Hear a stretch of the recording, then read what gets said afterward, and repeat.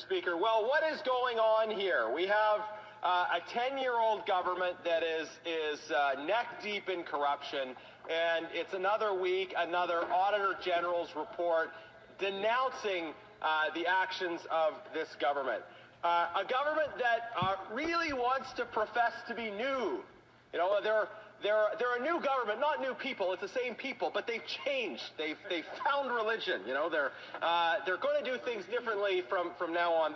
This same group of people, Mr. Speaker, as this motion will demonstrate, they have an opportunity to demonstrate the genuineness of their conversion.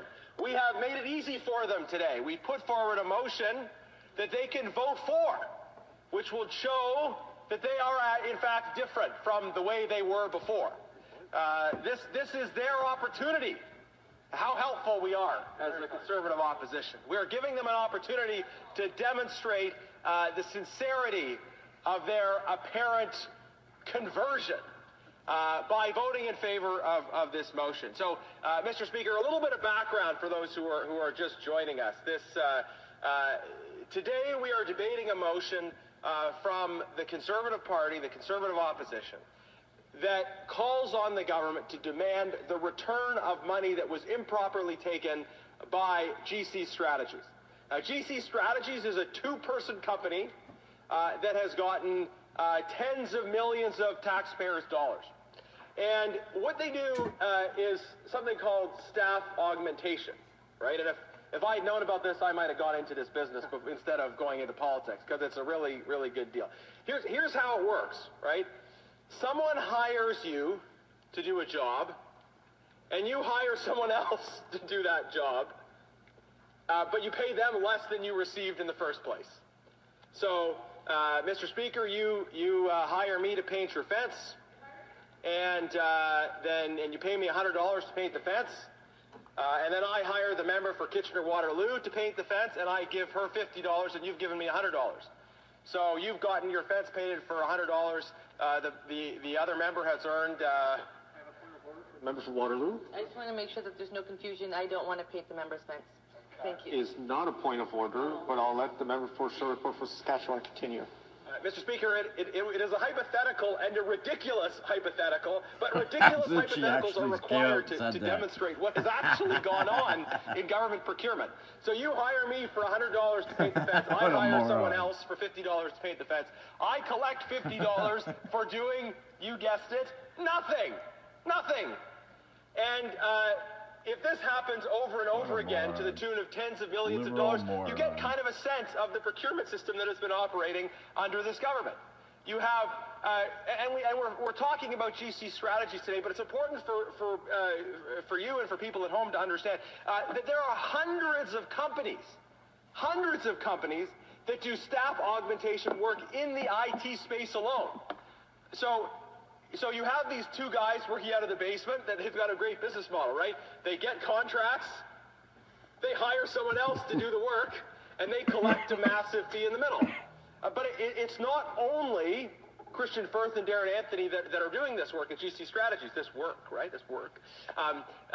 There are hundreds of companies doing staff augmentation for the federal government in IT alone. This is a profoundly broken system.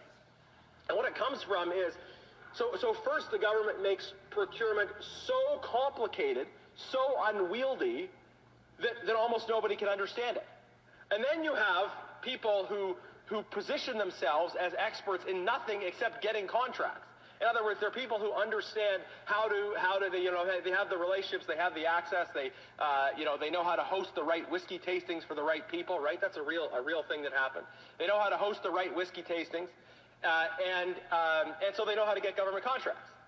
And then once they get the government contracts, then they go on LinkedIn and find, okay, who are people that actually know how to do this work, and then they hire them. Mr. Speaker, it's like something out of Yes Minister that was rejected for being too unrealistic, right? But this is what actually happens and has happened for the last 10 years under this Liberal government. But now they've changed. Now they've changed. They'll never do it again, Mr. Speaker. They have a new government with the same people who have nonetheless seen the errors of their ways, Mr. Speaker. And you know, when all else fails in this debate, members across the way say, well, didn't we win an election? We won an election after all, Mr. Speaker. Nobody's disputing the results of the election, but I do think it's notable that in order to win the last election, these Liberals had to pretend to be something very different from what they had been for the last 10 years.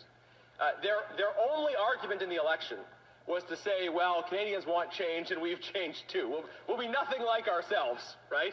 They promised to be nothing like themselves.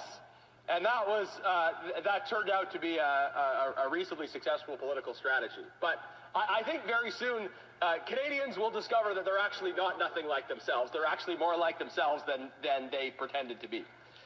And that we will see the continuation of these same absurdist procurement policies, things that if presented as the possible script for a television show, they would be rejected for being unrealistic. The fact that you have people getting hired to hire other people, a procurement system that is so broken and so complicated that only well-connected insider brokers can understand it. Those well-connected insider brokers receive the contracts, hire the people, and collect a massive premium for doing so.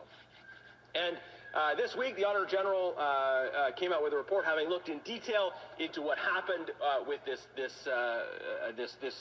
one particularly notorious company, GC Strategies, found that there was massive abuse. And just to share one highlight from committee exchanges we've had with GC Strategies, right? They admitted to presenting fraudulent resumes to the Government of Canada in order to get work. So, you know, it's the old resume padding that we all tell our children not to do. This is how GC Strategies was getting contracts. And they explained, though, what their normal process was. Their normal process was you get a resume that may not be compliant with the requirements of the bid. So then they adjust the resume to make it compliant. So let's say the contract requires that you have 5 years experience at something. And then the person they're proposing to do the work actually only has 5 months. So they change the months to years to make it compliant, and then they go back to the original resource, the person who would do the work, and they say, is this okay with you, right? We changed the numbers here, is that okay with you? But in one case, they forgot to consult the resource before they changed those numbers, and so that's where they got caught out because the resource called them out for it. But Christian Firth, when he before committee, he admitted that it was a standard part of their process, that they adjust people's resumes to make them line up with the expectations of the contract and then check in to see if it was okay. Again, if this was a pitch for a Yes Minister show, they would reject it for being unrealistic. But this is par for the course in the broken procurement system with the Liberals. And so in order to cover for this, they cycle through these different procurement ministers. It's the same people kind of cycled around. Oh, it's a new minister. It's a new minister. Every 6 months almost on procurement, it's been a new minister who is not responsible for anything that was previously done. Meanwhile, the previous minister goes on to remain in some influential role in this government. It's farce, it's tragedy, and Canadian taxpayers are getting abused as a result of it. But they profess to be a new government. They've changed, Mr. Speaker. So as I said, today is their opportunity. We have put forward a motion that says GC Strategies should be banned from ever getting government contracts, and they should pay the money back.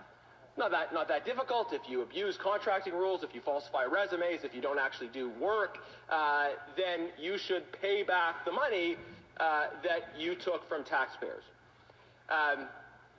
If our friends across the way have truly changed, they should vote for this motion.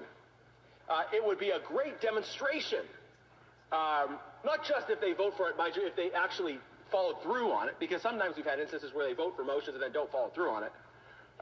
This is their opportunity to vote for the motion and then to act on the motion. And so we've been asking them today, are they prepared to vote in favor of this motion?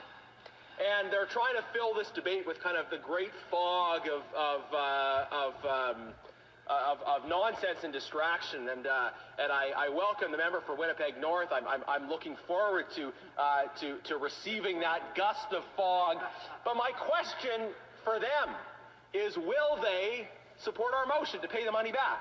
If they are the new Liberal Party, then I think they would vote for this motion to order the money back. If they are voting against this motion, then it will demonstrate, of course, that they are the same old Liberals, unchanged as they've always been.